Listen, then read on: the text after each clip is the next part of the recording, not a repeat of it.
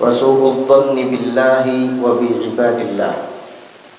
Dan di antara maksiat-maksiat hati adalah berburuk sangka dengan Allah dan dengan hamba-hamba Allah. Ini adalah maksiat yang harus kita keluarkan dari dalam hati kita. Berburuk sangka dengan Allah Subhanahu wa taala. Arti berburuk sangka kepada Allah Subhanahu wa taala adalah seperti apabila kita berdoa lalu kemudian kita menyangka bahwa Allah tidak mengabulkan doa kita. Ini termasuk berprasangka buruk kepada Allah. Dan itu adalah dosa hati. Di dalam hadis Rasulullah sallallahu alaihi wa ala alihi wasallam bersabda, "Ud'u rabbakum wa antum muqinuna bil ijabah." Berdoalah kalian kepada Tuhan kalian, Allah Subhanahu wa taala, sedangkan kalian yakin bahwa doa kalian itu dikabulkan oleh Allah taala. Karena doa itu Allah kabulkan ada kalanya bi'aini ma tulib, sesuai dengan yang diinginkan oleh kita. Namun ada kalanya Allah kabulkan doa kita tidak sesuai dengan yang diinginkan oleh kita, tetapi itu lebih baik bagi kita daripada yang kita inginkan tersebut, karena Allah lebih mengetahui daripada kita. Ada orang fakir, miskin, berdoa kepada Allah agar dijadikan orang kaya. Tetapi sekian puluh tahun berdoa menjadi orang kaya, dia tetap saja fakir dan miskin.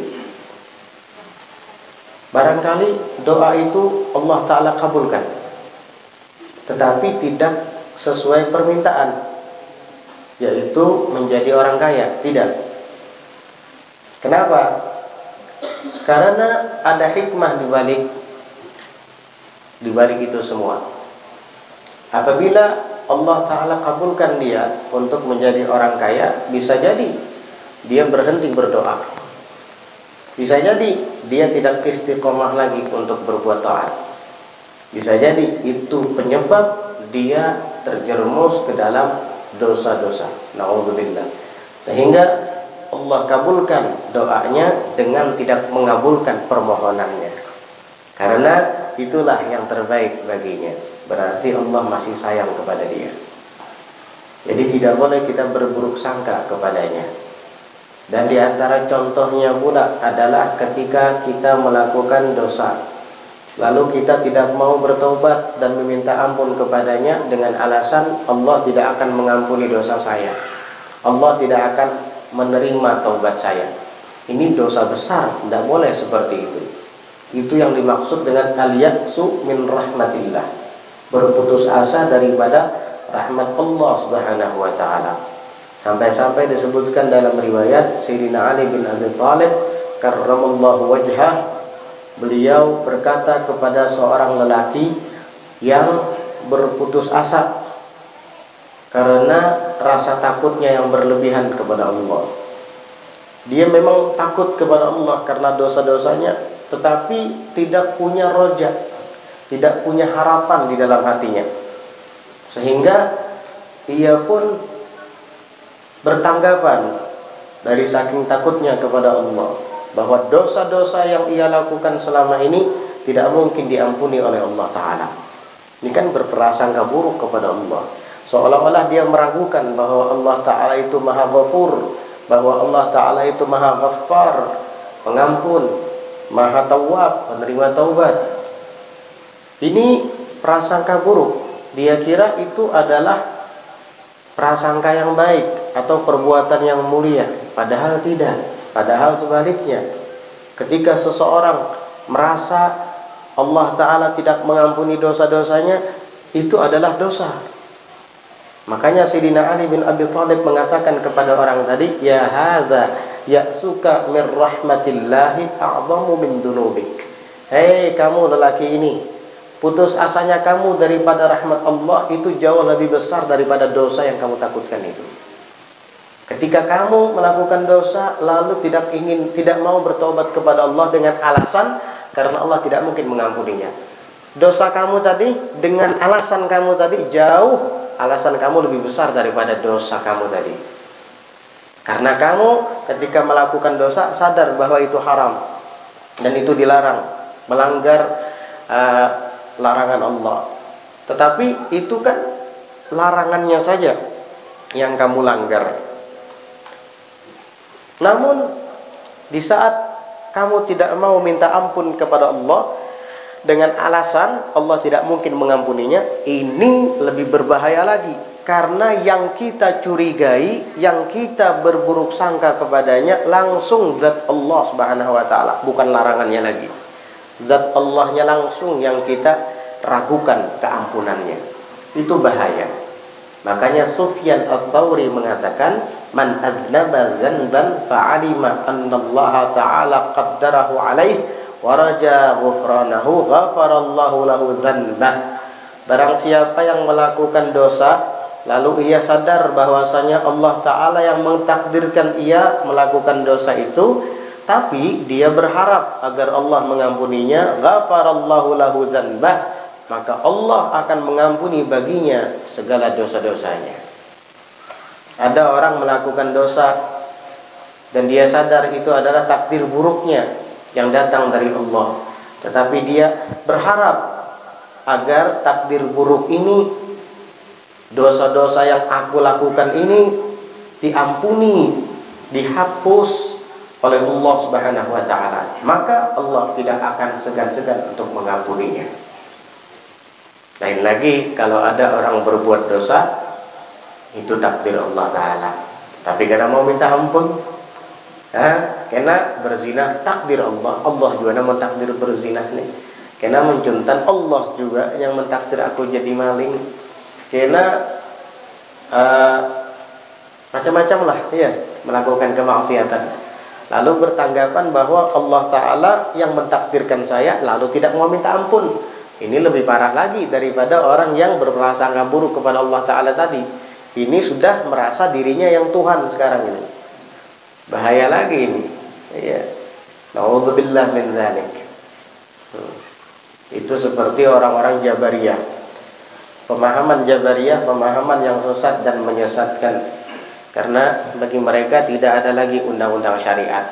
Tidak ada lagi halal dan haram. Mereka itu pada hakikatnya menyalahkan Allah, bukan menyalahkan diri mereka. Ketika melakukan dosa, jangan salahkan saya, salahkan Allah. Kenapa? Karena saya tidak mungkin bisa melakukan dosa kalau tidak ditakdirkan oleh Allah. Berarti salahkan yang mentakdirkan. Ini lebih parah lagi daripada yang tadi ini. Jabariyah. Ya boleh seperti itu.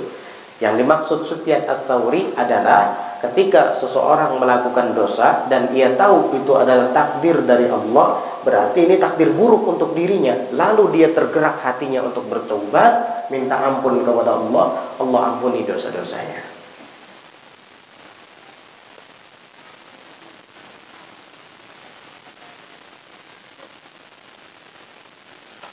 Wa bi'ibadillah, dan berprasangka buruk dengan hamba-hamba Allah Subhanahu wa ta'ala.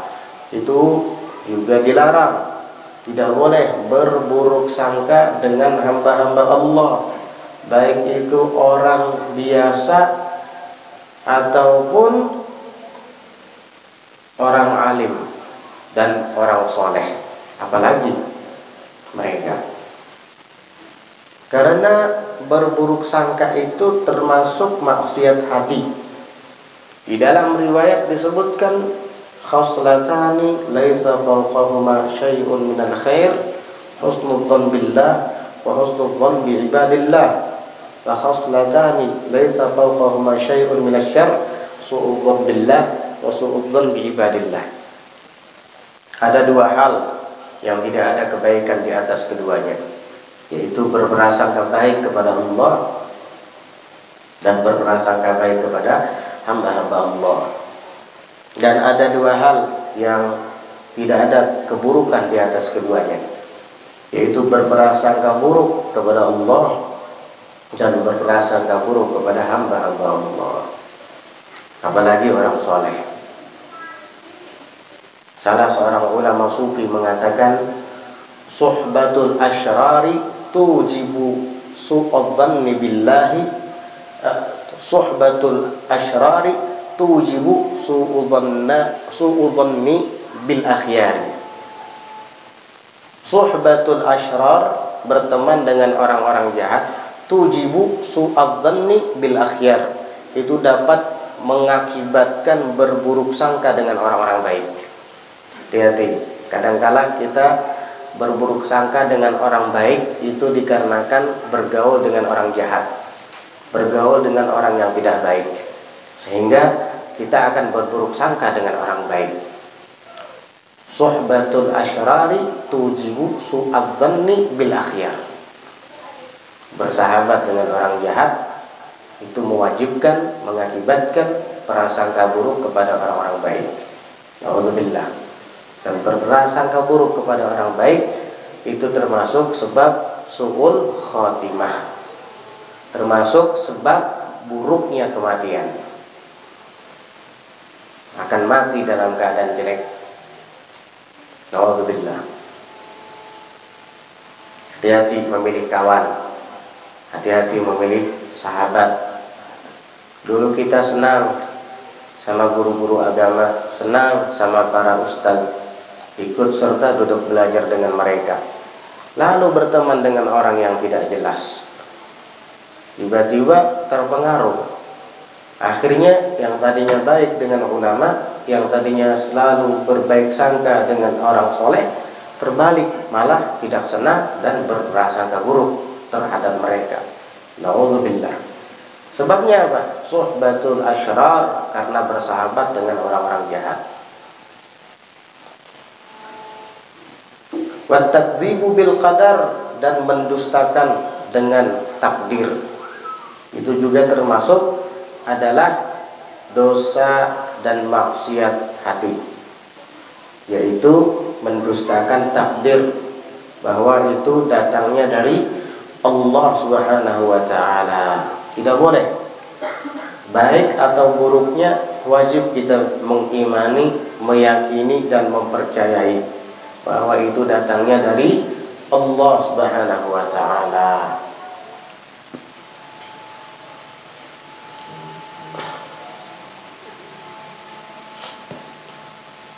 Kamu berhasil, sukses sekolah misalnya, sampai jadi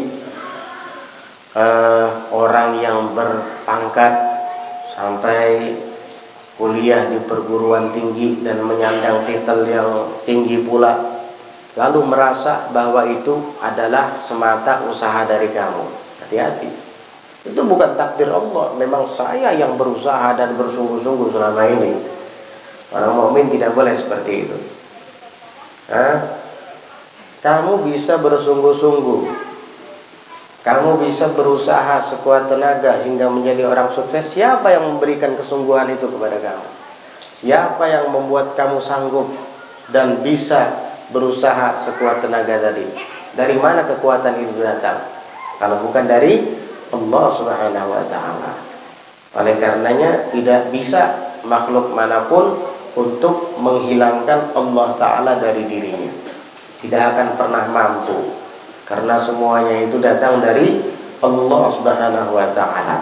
Oleh karenanya dia tidak boleh menyandarkan sesuatu itu kepada dirinya, melainkan dia harus memandang kepada hakikat yang sebenarnya, yaitu itu semua datangnya dari Allah, takdir dan ketentuan Allah Subhanahu wa ta'ala. Sehingga mendustakan dengan qadarnya Allah Ta'ala termasuk maksiat hati, bahkan bisa menjadi sebab kafirnya seseorang.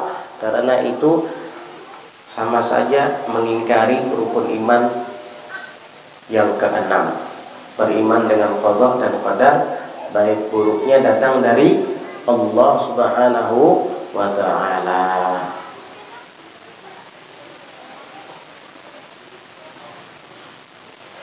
Wal farahu bil ma'siyati minhu aw min ghairihi. Termasuk dosa hati adalah merasa senang dengan sebab melakukan maksiat. Minhu, baik itu maksiat itu dari dirinya sendiri, aw min ghairihi, atau dari temannya. Ini termasuk dosa hati.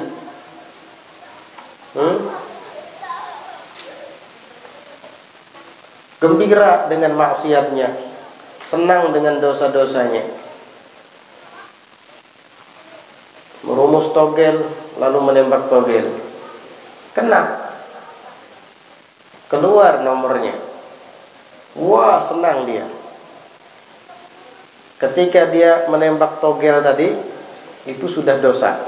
Ditambah lagi senang ketika dia berhasil memilih angka yang tepat, tambah double dosanya. Itu senang karena dosanya sendiri. Temannya yang di samping juga ikut senang. Alhamdulillah, alhamdulillah. Maksiat dosa, alhamdulillah. Kamu kena ya? Ente temannya juga ikut dapat dosa. Ikut senang soalnya.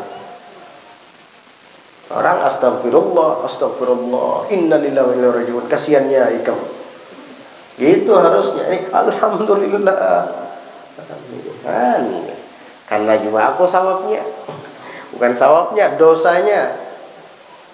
Naudzubillah. Hati-hati. Baik itu maksiat itu minhu dari dirinya, au min ghairihi atau dari orang lain selain dia. Wal ghadaru walau bikafirin, dan ghadar itu naqdul ahdi, yaitu mengingkari janji. Bisa juga ghadar itu diartikan licik. Dia berjanji begini, begitu sudah dijalani ternyata dia ingkari. Ternyata ada maksud buruk di balik janjinya itu. Itu namanya ghadar. Licik. Walau bikafirin, walaupun dengan orang kafir, ya boleh seperti itu. Selama dia bukan kafir harbi. Kalau kafir harbi lain lagi. Kafir harbi yang tidak ada ikatan perjanjian damai dengan kita, yaitu muahad, tidak pula dilindungi oleh imam kita, muamman.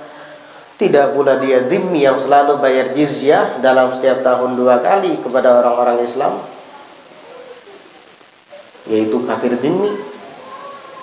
Tetapi dia adalah kafir harbi. Bahkan tidak segan-segan dia akan selalu siap memerangi orang Islam. Ini nggak apa-apa ini. Bahkan darahnya halal kalau kayak gini. Orang Israel tembak aja nggak apa-apa sih. Orang Israel yang memusuhi orang Islam, yang menembaki orang Islam, yang mengganggu orang Islam sholat di Masjidil Aqsa, itu harbi itu. Tapi kalau Cina-Cina yang berjualan di toko-toko itu jangan, lain, itu lain, bukan harbi gitu. Dikira kan seberatan kafir halal. Waqtulul musyrikin haitsu saqiftum. Apa namanya? Bunuh orang musyrik dimanapun kalian temui dia. Jangan jadi teroris inti nanti. Ada undang-undangnya. Kafir itu dibagi-bagi dalam agama. Ya. Pokoknya ada orang kafir, bom, nggak bisa. Ya, negaranya negara apa kita di sini? Mayoritas Islam. Orang kafirnya dilindungi oleh imam, kepala negara. Mereka itu muamman. Nggak bisa sembarangan. Ada rinciannya. Jihad di negeri sendiri, di tengah orang-orang Islam lagi. Kadang masjid yang dibom. Astagfirullahaladzim. Teroris itu bukan mujahid.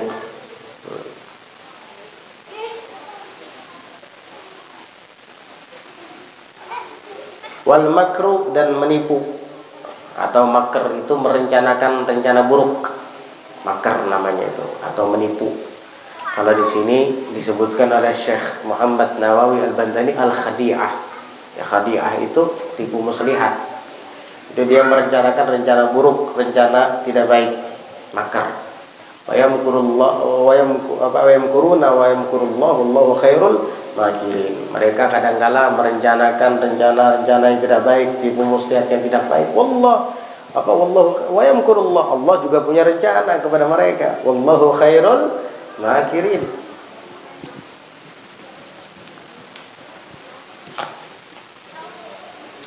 Wa bughdhu sahabati, dan membenci para sahabat Nabi. Ini juga termasuk maksiat hati. membenci sahabat Nabi. Tidak boleh. La tasubbu ashabi, kata Nabi di dalam hadis. Jangan kalian caci sahabat-sahabatku. Falau anfaqa ahadukum mithla Uhudin zahaban ma balagha mudda ahadihim wala nusaifah.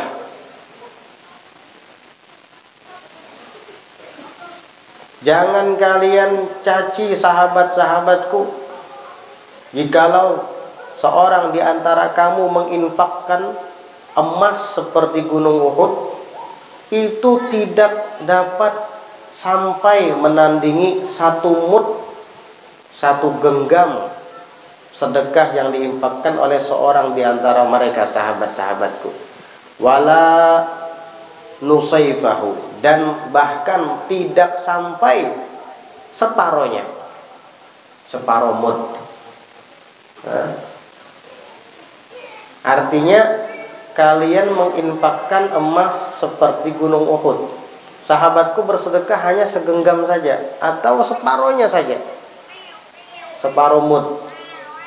Itu lebih besar pahala sahabatku bersedekah setengah mud daripada satu biji gunung Uhud yang kalian sedekahkan, yang kalian infakkan. Bagaimana tidak? Mereka para sahabat yang membela aku, kata Nabi. Kalian baru datang. Mereka para sahabat yang ikut menderita bersamaku dalam memperjuangkan agama Islam.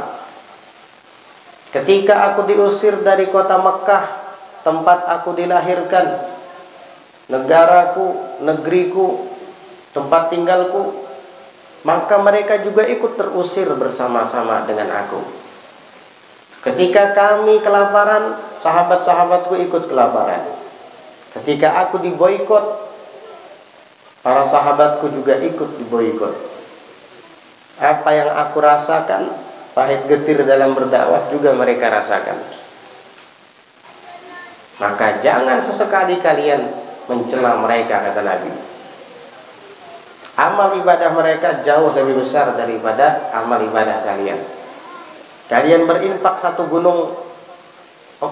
emas, berinfak emas seperti gunung Uhud besarnya, itu tidak dapat mengalahkan amalan mereka. Mereka berinfak separuh mud saja, setengah mud saja, setengah liter lah anggap. Mereka berinfak, kalian sebesar gunung Uhud masih kalah dengan setengah liter mereka.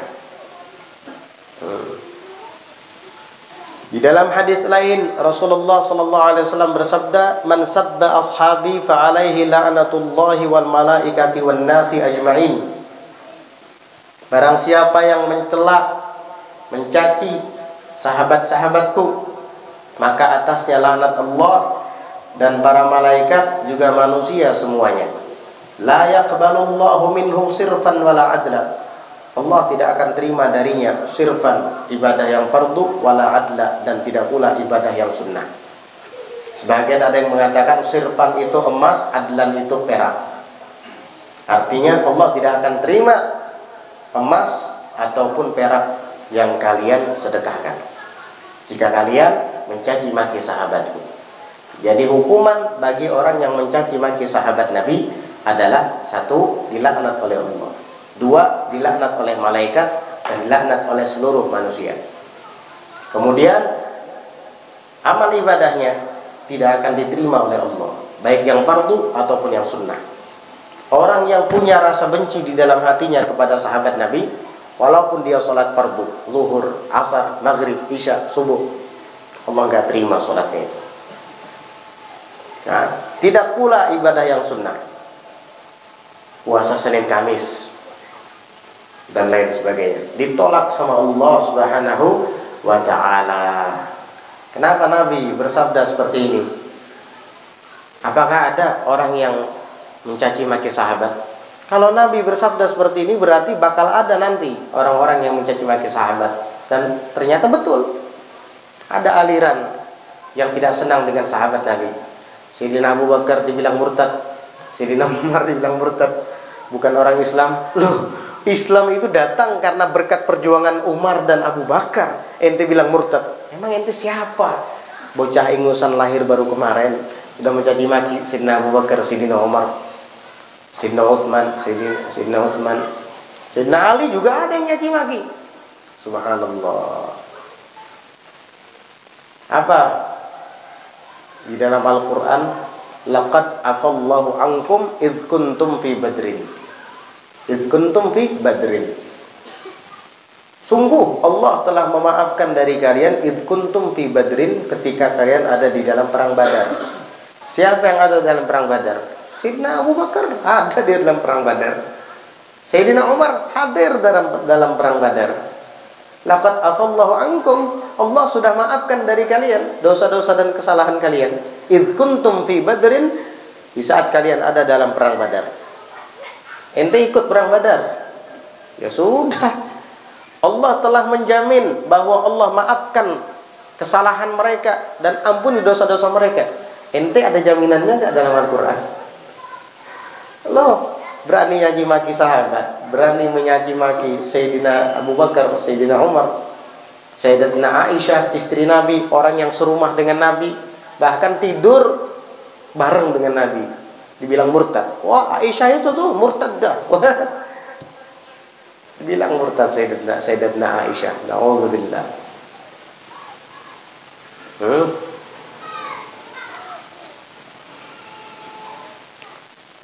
Apalagi wal ali, dan keluarga Nabi. Membenci sahabat dan membenci keluarga Nabi. Apalagi keluarga Nabi yang sekaligus sahabat Nabi, seperti Sayyidina Ali bin Abi Thalib. Itu bukan hanya sekedar sahabat, sepupu Nabi, bukan sekedar sepupu, bahkan menantu Nabi radhiyallahu anhu wa karrama wajha. Lalu dicela atau dicaci maki, maka tidak akan pernah Allah terima salatnya, ibadahnya, puasanya, fardu dan sunnahnya. Oleh karenanya Abdurrahman bin Muljam itu adalah lelaki yang dulu membunuh Sayyidina Ali bin Abi Thalib. Abdurrahman bin Muljam, sebagian ulama tidak mau menyebutnya Abdurrahman. Mereka alergi kalau mengatakan namanya Abdurrahman karena tidak sesuai dengan perbuatan. Abdurrahman hamba Allah yang maha penyayang kan, maha pengasih. Jadi apa? Ibnu Muljim kata mereka. Ada yang mengatakan Ibnu Muljam. Ini Ibnu Muljam, dia membunuh Sayyidina Ali bin Abi Thalib. Sebelum Sayyidina Ali bin Abi Thalib terbunuh oleh lelaki ini, Rasulullah sallallahu alaihi wasallam sudah pernah mengatakan bahwa, kata beliau kepada Sayyidina Ali, "Atadri ya Ali man ashqal awwalin?" Tahukah engkau wahai Ali, siapa orang yang paling celaka di antara orang-orang terdahulu? Qala Allah wa rasuluhu a'lam. Sayyidina Ali mengatakan, ulun tidak tahu ya Rasulullah. Allah dan Rasulnya lah yang maha tahu siapa orang yang paling celaka di antara orang-orang terdahulu. Qala, Nabi menjawab, qatilun naqah. Dialah orang yang dulu membunuh ontanya Nabi Saleh. Di dalam surah apa tuh? Surah Asy-Syams ya. Ada kan ashqaha ya. Fa'aqaruha fadamdama 'alaihim rabbuhum. Sebelumnya apa? Naqatallahi wa suqiyaha fakadzabuhu fa'aqaruha fadamdama. Sebelumnya apa? Wasyamsi wa duhaha wal qamari idza talaha wan nahari idza jallaha wal laili idza yaghsha was samai wa man al-ardi wa tahaha was samai wa man al-ardi wa tahaha wa nafsin ma sawwaha wa ma sawwaha fa alhamaha fujuraha wa taqwaha aflaha man zakkaha wa qad khaba man dassaha wa qad aflaha man zakkaha wa qad khaba man dassaha kadzabat thamud bi taghwaha idzin ba'atha ashqaha. Idzin ba'atha ashqaha. Ketika bangkit orang yang paling celaka di antara mereka. Bangkit untuk apa? Membunuh onta Nabi Saleh. Padahal Nabi Saleh sudah berpesan, naqatallahi wa suqiyaha. ini ontanya Allah ini ya, perhatikan makanan dan minumannya. Malah fa'aqaruha fadamdama alaihim rabbuhum bidzambihim fasawwaha wa la yakhafu 'uqbaha. Malah dibunuh sama mereka. Ini orang yang provokator pertama yang mengajak membunuh onta Nabi Saleh, ashqaha idzim ba'atha ashqaha. Dialah orang yang paling celaka di kalangan orang-orang terdahulu. Wahai Ali, kata Nabi. Kemudian Rasulullah bertanya lagi kepada Sayyidina Ali, adadri man ashqal akhirin? Tahukah engkau wahai Ali, siapa orang yang paling celaka di antara orang-orang kemudian? Sayyidina Ali menggelengkan kepala dan mengatakan, Allah wa rasuluhu a'lam. Saya tidak tahu, Allah dan Rasulnya lah yang tahu.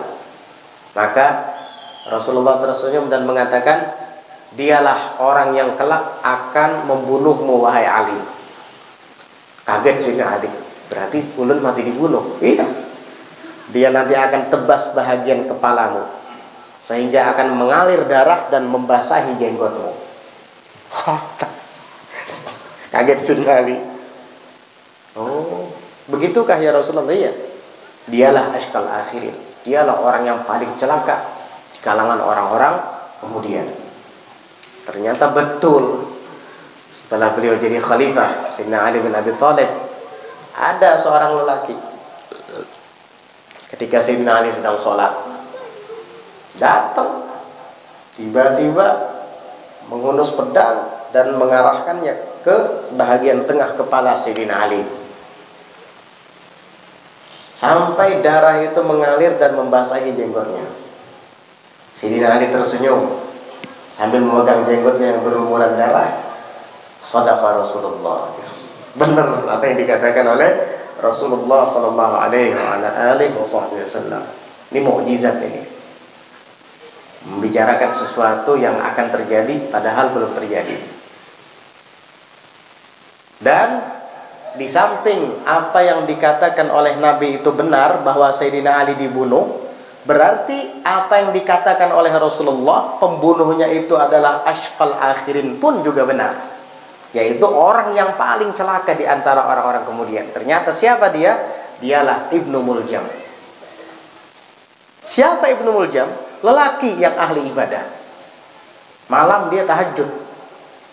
Yang fardu jangan tanya, yang sunnah tidak pernah ditinggalkan sama dia. Puasa setiap hari, puasa yang sunnah dikerjakan. Zikirnya setiap saat. Subhanallah. Tapi matinya seperti itu. Makanya jangan merasa aman, jangan merasa suci dengan amal ibadah yang ada. Ente masih kalah dengan Ibnu Muljim atau Ibnu Muljam. Sebagian ada yang mengatakan Ibnu Muljam, sebagian ada yang mengatakan Ibnu Muljim. Muljam, Muljim sama aja. Ini kalau malam dia tahajud, salat fardu tidak pernah ditinggal, puasa sunnah selalu dikerjakan, apalagi Ramadan. Matinya ternyata dia adalah ashqal akhirin, orang yang paling celaka di antara orang-orang kemudian. Bahkan ketika dia akan dikisos karena membunuh Sayyidina Ali bin Abi Thalib, maka ada yang benci dan marah kepadanya sehingga ada yang ingin memotong lisan, sehingga ada yang memotong tangannya. Lalu kemudian dia mengatakan, silahkan potong tangan saya, gak apa-apa, tapi jangan potong lisan saya. Loh, kenapa?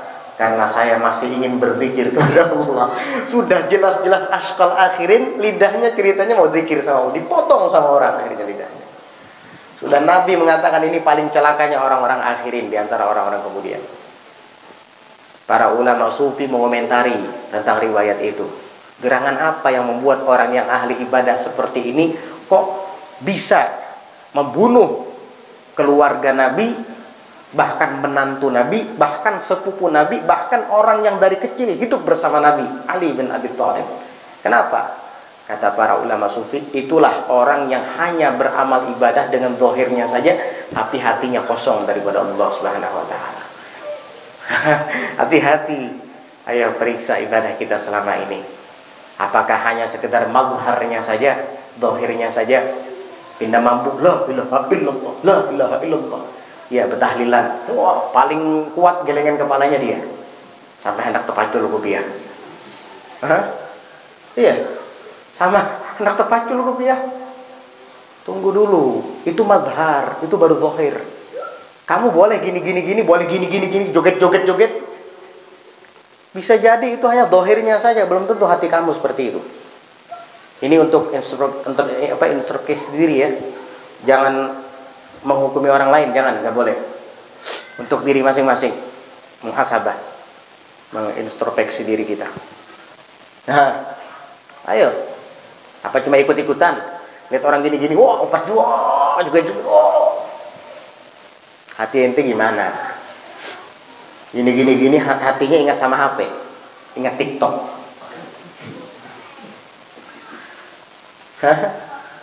Ingat WA, sudah dibalas belum ya? Sampai terpacul kopiah. Terpacul pasang lagi 100 kali kayak gitu. Hati ente kosong, sia-sia. Nih, Ibnu Muljam mazharnya memang ahli ibadah. Ternyata hatinya setan. Hatinya iblis. Hati-hati jangan tertipu dengan zahir. Nah, ini adalah bahan renungan bagi kita masing-masing. Ingat, jangan menghukumi orang lain. Ntar ngeliat orang pikiran gini, nah ini yang diceritakan Habib kemarin. Nggak boleh. Jangan gitu. Kita ini bahan renungan untuk kita semua. Ulun pribadi juga. Allahu Akbar. Hati-hati. Bughdus sahabah wal al, membenci sahabat Nabi dan keluarga Nabi. Sahabat Nabi, orang-orang yang beriman bersama Nabi, hidup dan berjuang bersama Nabi. Ahlul bait Nabi adalah darah daging dan keturunan Nabi Muhammad SAW. Ini orang-orang mulia. Gak boleh kamu membenci kepada mereka.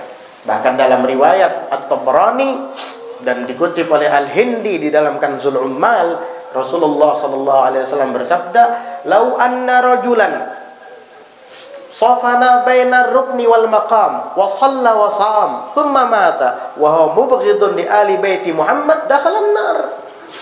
Seandainya ada seorang lelaki, kata Nabi, dia berdiri dengan menumpukan sebelah kaki di antara tiang Ka'bah dan makam Ibrahim. Kenapa lelaki ini hanya berdiri menumpukan sebelah kaki saja? Tidak berdiri dengan kedua kakinya. Artinya berdirinya memang dengan kedua kaki, tapi dia hanya menumpukan sebelah kakinya saja. Ini adalah isyarat bahwa dia sedang kecapean, sedang lelah. Mungkin dia baru saja tawaf berkali-kali. Alhamdulillah. Jadi dia lelah karena mungkin banyak sekali tawafnya, tawaf sunnahnya. Wa shalla, habis itu udah lelah banyak tawaf, salat lagi. Subhanallah. Ahli ibadah, salat. Habis itu apa? Wa sham, dia puasa lagi. Hebat. Sudah puasa, lapar, dahaga, tawaf sing banyakan sampai kakinya lelah. Ya, sholat lagi. Hebat ibadahnya ini. Tawafnya dapat, sholatnya dapat, puasa lagi. Hari-hari dia seperti itu. Abid nggak ini? Ahli ibadah nggak ini? Ahli ibadah ini. Kemudian dia mati. Tapi di dalam hatinya menyimpan rasa benci kepada ahlul baitku, kata Nabi, dakhalan nar, masuk neraka, sia-sia. Masuk neraka, enggak peduli, kata Nabi sallallahu alaihi wasallam. Ayo hati-hati, jangan menyimpan dendam dan benci di dalam hati kita kepada keturunan Nabi Muhammad, kepada keluarga Nabi Muhammad sallallahu alaihi wasallam, dan juga kepada para sahabat Nabi Muhammad sallallahu alaihi wasallam. Mencintai keluarga Nabi dan sahabat Nabi itu adalah wajib, dan itulah akidah ahli sunnah wal jamaah yang insya Allah dengannya kita hidup dan dengannya kita mati kelak. Amin ya rabbal alamin. Hati-hati ya, tidak boleh menyimpan dendam, benci pada mereka, sia-sia ibadahnya. Yang menyuruh cinta kepada keluarga Nabi itu bukan nabinya saja, tidak tanggung-tanggung. Allah Ta'ala langsung yang menyuruh itu, yang mengajarkan itu. Qul, katakan, wahai Muhammad. Siapa yang bilang itu? Siapa yang berani menyuruh Nabi? Kalau bukan Allah Subhanahu wa taala. Qul, katakan. Kamu katakan wahai Muhammad, biar. Jangan ditutup-tutupi, katakan saja dengan jelas. La as'alukum alaihi ajra. Aku tidak minta kepada kalian atasnya, atas pengorbananku, atas jasa-jasaku dalam agama. Kita tidak mungkin dapat membalas jasa Nabi, perjuangannya yang luar biasa. Aku tidak minta ajra kepada kalian, tidak minta imbalan, tidak minta pamrih, tidak, illal mawaddata fil qurba, kecuali mawaddah, cinta fil qurba, kepada kerabatku, kepada keluargaku, itu saja. Kalian kalau mau membalas jasaku, nggak mungkin kalian dapat membalasnya. Tetapi saya minta, walaupun kalian tidak dapat membalas jasa-jasaku, saya minta kepada kalian al-mawaddah, cinta fil qurba, kepada kerabatku. Siapa yang menyuruh Nabi mengucapkan kalimat ini? Allah Subhanahu wa taala. Sebab jikalau nabinya langsung mengucapkan, mungkin ada yang berprasangka buruk, nyata ya keluarganya seorang. Mungkin begitu.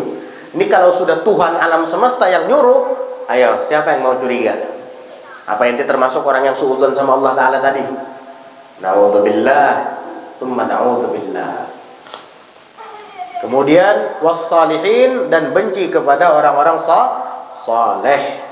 Itu termasuk dosa hati yang harus disingkirkan daripada hati kita.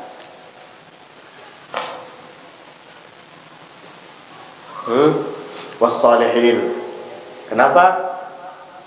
Karena orang-orang soleh itu adalah para kekasih Allah Ta'ala. Membenci para kekasih-kekasih Allah berarti sama dengan membenci Allah Subhanahu wa Ta'ala. Hati-hati. Man adali waliyan faqad adzantuhu bil harb. Apa kata Allah Ta'ala dalam hadis qudsi? Allah berfirman dalam hadis qudsi, man ada li waliyan, barang siapa yang memusuhi bagiku akan waliku, faqad adzantuhu bil harb, maka sungguh aku umumkan berperang dengannya. Dia memusuhi wali-waliku, kekasih-kekasihku, berarti dia menabuh genderang perang denganku. Bisa menang perang sama Allah. Mau kemana kamu pergi? Kalau sudah berperang sama Allah, mau kemana kamu pergi? Bumi milik Allah. Mau ke langit, langit milik Allah. Mau kemana kamu bersembunyi kalau sudah diumumkan perang oleh Allah Ta'ala? Siapa orang-orang soleh itu? Siapa para kekasih-kekasih Allah Ta'ala itu? Mereka lah para wali-walinya.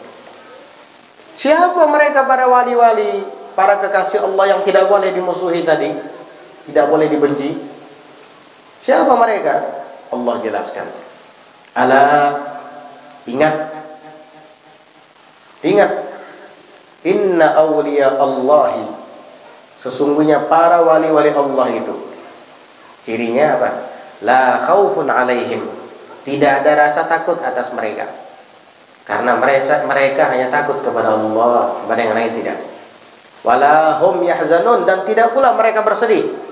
Tidak bersedih karena kehilangan dunia, tidak bersedih karena tidak mendapatkan uang atau tidak mendapatkan jabatan. Enggak.